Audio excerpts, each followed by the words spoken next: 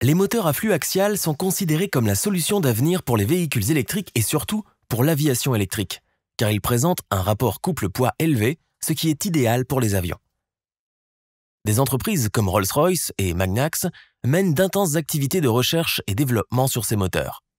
Il est intéressant de noter que le tout premier générateur électrique, mis au point par le génial Michael Faraday, était un modèle à flux axial. On peut voir que l'axe de rotation est parallèle aux lignes de flux. Cependant, il n'a jamais eu son heure de gloire à l'époque.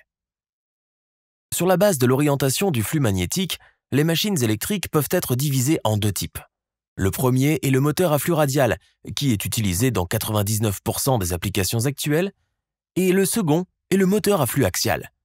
Dans un moteur à flux radial, le flux magnétique est perpendiculaire à l'axe de rotation. Dans un moteur à flux axial, les lignes de flux magnétique sont parallèles à l'axe de rotation. Voyons maintenant comment fonctionne en pratique le moteur à flux axial. Le fonctionnement du moteur axial est basé sur l'interaction entre l'aimant permanent et les électroaimants. Lorsque les bobines sont sous tension, elles deviennent des électroaimants.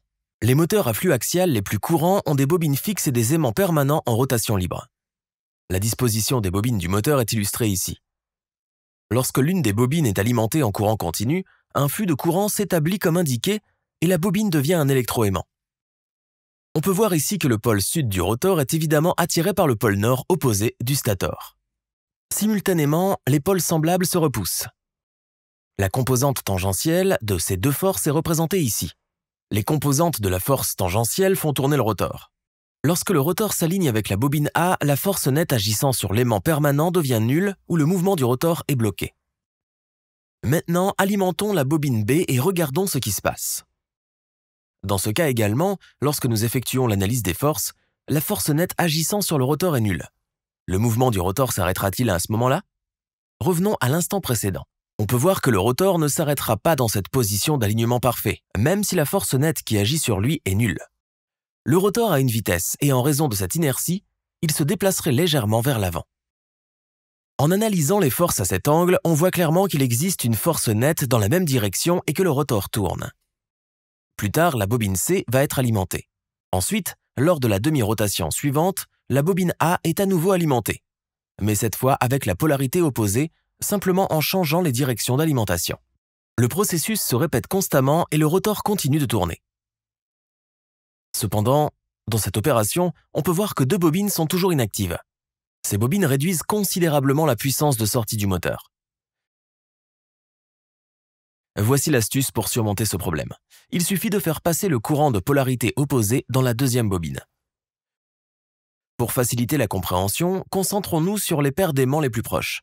On peut constater que, du côté du stator, deux pôles sud sont réunis. L'effet combiné de ces deux pôles se produira ici et sur cette base, nous pourrons effectuer une analyse facile des forces. Là encore, une force tangentielle nette est développée. L'effet combiné produit plus de couple et de puissance de sortie du rotor. Il est intéressant de noter que ce processus garantit également que le moteur a un couple de sortie constant. La question est la suivante. Comment allez-vous décider quelle bobine alimenter pour obtenir une rotation continue? Pour ce faire, nous utilisons un contrôleur électronique intelligent. Le capteur détermine la position du rotor et sur la base de cette information, le contrôleur décide quelle bobine doit être alimentée. Théoriquement, les impulsions rectangulaires de ce type produisent un couple de sortie constant pour les moteurs axiaux. Cependant, dans la pratique, lorsque l'on allume ou éteint soudainement un courant de phase, des ondulations se produisent dans les deux autres phases. Ainsi, la qualité du couple sera affectée. La meilleure solution pour surmonter ce problème est de supprimer ou d'augmenter progressivement les courants de phase. Par exemple, ici, le courant dans la bobine A est progressivement augmenté et les courants des bobines C et B sont progressivement supprimés.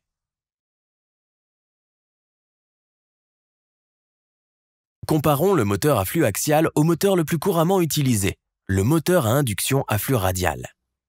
Le premier facteur de différenciation est le trajet du flux dans les machines. Si vous comparez la configuration du flux magnétique des deux moteurs, vous pouvez constater que le chemin du flux du moteur axial est beaucoup plus dense et plus court que celui du moteur à induction. Pour confirmer les trajets de flux, utilisons l'analyse par éléments finis. Voici un résultat d'analyse par élément fini dans le logiciel EMWorks 2D associé à SolidWorks. L'interaction entre le rotor et le champ magnétique du stator génère un couple. Dans le moteur à induction, certaines boucles de champ n'interagissent jamais avec le rotor. En revanche, dans les moteurs axiaux, la majorité des lignes de flux se trouvent dans la zone de travail utile pour générer un couple. Pour cette raison, le moteur à flux axial a une densité de flux plus élevée, générant ainsi un couple de sortie plus important pour une même taille de moteur. Le deuxième facteur de différenciation est le plus grand diamètre. Dans les moteurs à flux axial, les aimants du rotor peuvent être situés plus loin de l'axe central de rotation.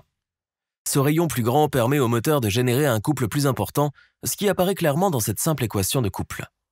Par contre, si on essaye d'augmenter le diamètre des moteurs à induction, l'inertie du rotor augmentera, ce qui peut conduire le moteur à absorber d'énormes courants au démarrage. Les moteurs à flux axial maîtrisent ce problème, car les rotors ont déjà moins d'inertie. Et voilà, un moteur vieux de 200 ans est actuellement le moteur le plus puissant et le plus efficace de notre époque. Ces moteurs légers sont le meilleur choix pour les avions électriques. Dans l'aviation, chaque gramme économisé est une aubaine. L'avion Iron Bird, développé par Rolls-Royce, utilise 3 moteurs de ce type, fabriqués par YASA. Ces moteurs sont alimentés par 6000 batteries lithium-ion et un contrôleur électronique intelligent. Avec une promesse de rendement incroyable de plus de 96% et leur taille compacte, les moteurs à flux axial peuvent même devenir un bon choix pour les voitures électriques. Nous espérons que vous avez apprécié cette vidéo. N'oubliez pas de faire partie de l'équipe Les X. Merci.